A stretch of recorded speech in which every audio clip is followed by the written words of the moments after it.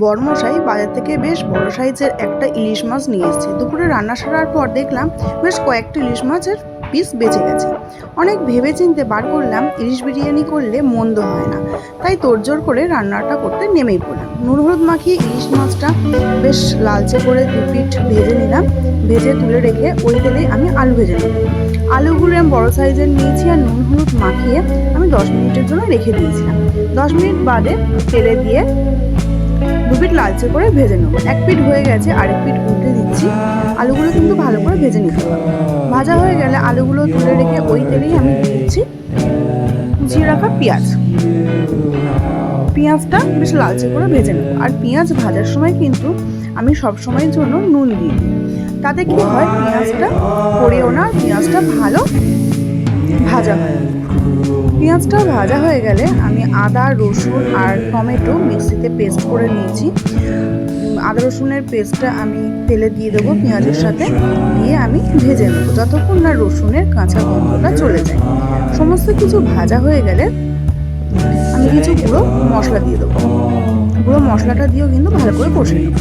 লঙ্কা গুঁড়ো, হলুদ গুঁড়ো, জিরে গুঁড়ো, পরিমাণ মতো নুন আর মিষ্টি দিয়ে ভালো করে কষিয়ে নিয়ে আমি দিয়েছি এর মধ্যে গোলাপ জল, কেওড়ার জল আর বিরিয়ানির মশলা দিয়ে ভেজে রাখা আলুটা দিয়ে ভালো করে আমি কষিয়ে নেব। নিয়ে পরিমাণ মতন জল দিয়ে রান্নাটা করে নেব।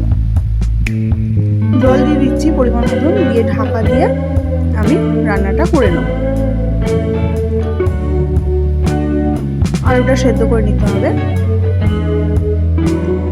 দেখো কালারটা কত সুন্দর এসছে। আমার রান্নাটা কিন্তু পুরো কমপ্লিট। এবার আমি ভেজে রাখা ইলিশ মাছটা এর মধ্যে দিয়ে দিয়েছি, দিয়ে আমি ঢাকা দিয়ে রেখে দিই।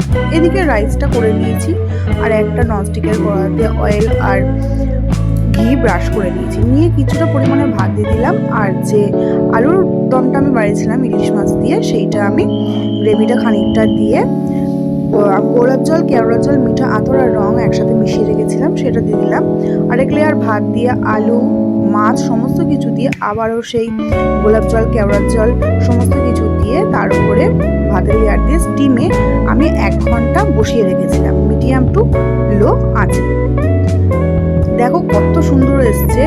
চিকেন বলো আর মটন বলো সব ফেলে কিন্তু ইলিশ বিরিয়ানিটা হয়েছিল জাস্ট ফাটাফাটি। বড়মশাই কিন্তু খাওয়ার পর বলল জাস্ট হয়েছে ফাটাফাটি। একবার কিন্তু অবশ্যই বানিয়ে দেখো, তোমাদেরও অবশ্যই ভালো লাগবে। আর আমার এই ইলিশ বিরিয়ানিটা কেমন লাগলো অবশ্যই কিন্তু কমেন্ট করে জানিও। পুজো স্পেশাল এই ইলিশ বিরিয়ানি দিলাম, তোমরাও একদিন অবশ্যই ট্রাই করো। ততক্ষণের জন্য টাটা।